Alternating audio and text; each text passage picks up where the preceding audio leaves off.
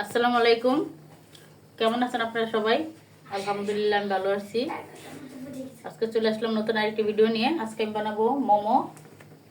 সেদিনের মোমোটা বানিয়েছিলাম আমি তেলে একটু ভেজে নিয়েছিলাম, আর আজকে আমি ডাইরেক্ট পানি বলক তুলে তার ভিতর মোমোটা বানিয়ে ছেড়ে দিব। তো যাই হোক, এখন মোমোর জন্য আগে আমি পুরটা বানিয়ে নিব। এখন আমি একটি মুরগির বুকের একটি অংশ নিয়েছি, মানে পুরো অংশটা নেই, অল্প করে বানাবো তাই। তো দিয়ে দিলাম এখানে হাফ চামচের মতো আদা রসুনের পেস্ট। যেহেতু আমার অল্প অল্প, তাই মশলা অল্প অল্প হবে।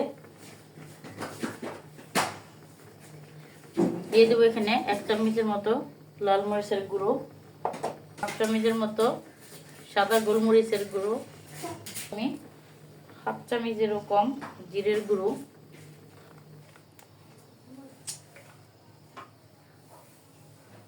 দিয়ে দিব হাফ চামচের মতো ধনিয়ার গুঁড়ো,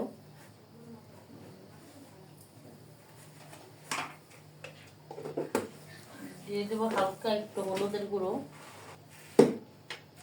দিয়ে দিব এখানে 1 কাপের মতো পেঁয়াজ কুচি,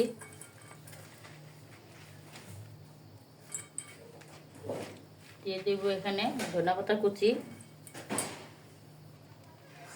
দিয়ে দিব এখানে কাঁচামরিচ কুচি,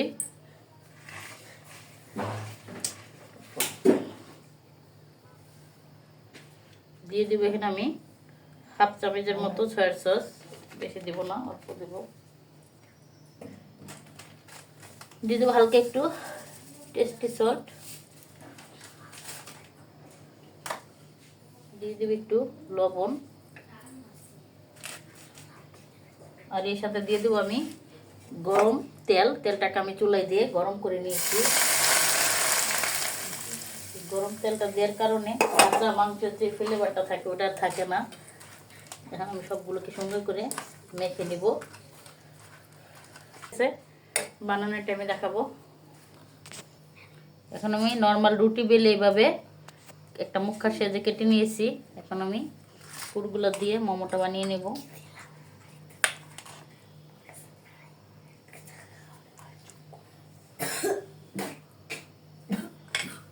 মাঝখানটা এভাবে ভেঙে নিব। যেহেতু এভাবেই আমার কাছে সহজ মনে হয়, তাই আমি এইভাবেই মোমোটা ভাঙি। মোমোটা যে যার মতো ভাঙে।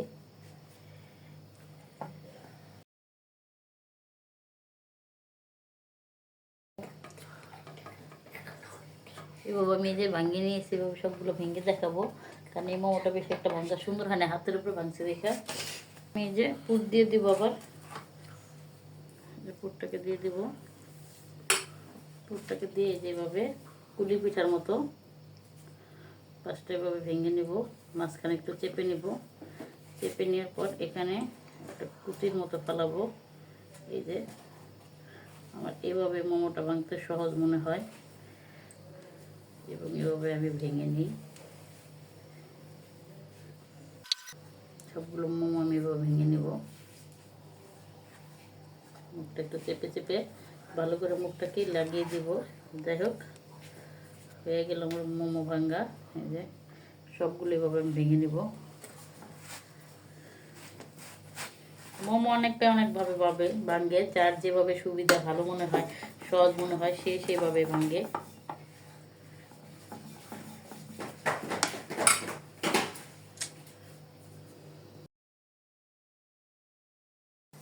এভাবে আমি মোমোগুলো বানিয়ে নিয়েছি। মোমোগুলো লেগে যেতেছে।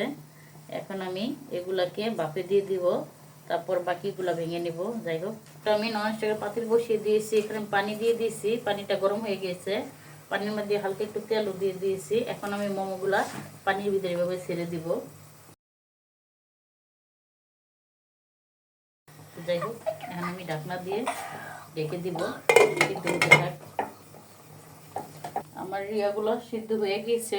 এখন আমি তুলে নিব। তুলে নিয়ে হালকা একটু আমি ফ্রাই প্যানে ভেজেও নিব। পরে আগে আমি তুলে নিই।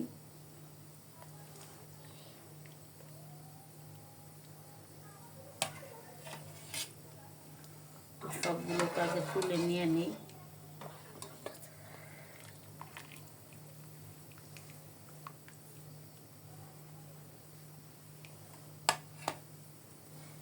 যেভাবে আমি তুলে নিয়েছি। যাই হোক, পানিটা আমি ঝরা দিয়ে দিই। হালকা একটু আমি ভাপে দিয়ে আবার একটু ফ্রাই প্যানে হালকা করে ভেজে নিয়েছি, যাতে ভাপে দিলে একটা আঠালো আঠালো ভাপ থাকে ওটা চলে যায় আর একটু শুকনো শুকনো ভাপ হয়ে যায়। তাই আমি হালকা করে একটু আবার ভাপে দিয়ে তারপর একটু হালকাভাবে ভেজেও নিয়েছি মোমোগুলো। যাই হোক আমার হয়ে গেছে, এখন আমি নামিয়ে নিব সবগুলো।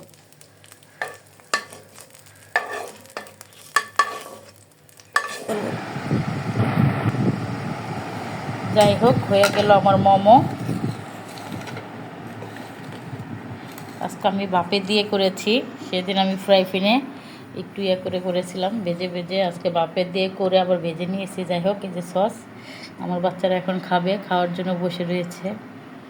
তো আমাদের মোমোর রেসিপিটি কেমন লাগলো, যদি ভালো লাগে আমাদের পাশে থাকবেন।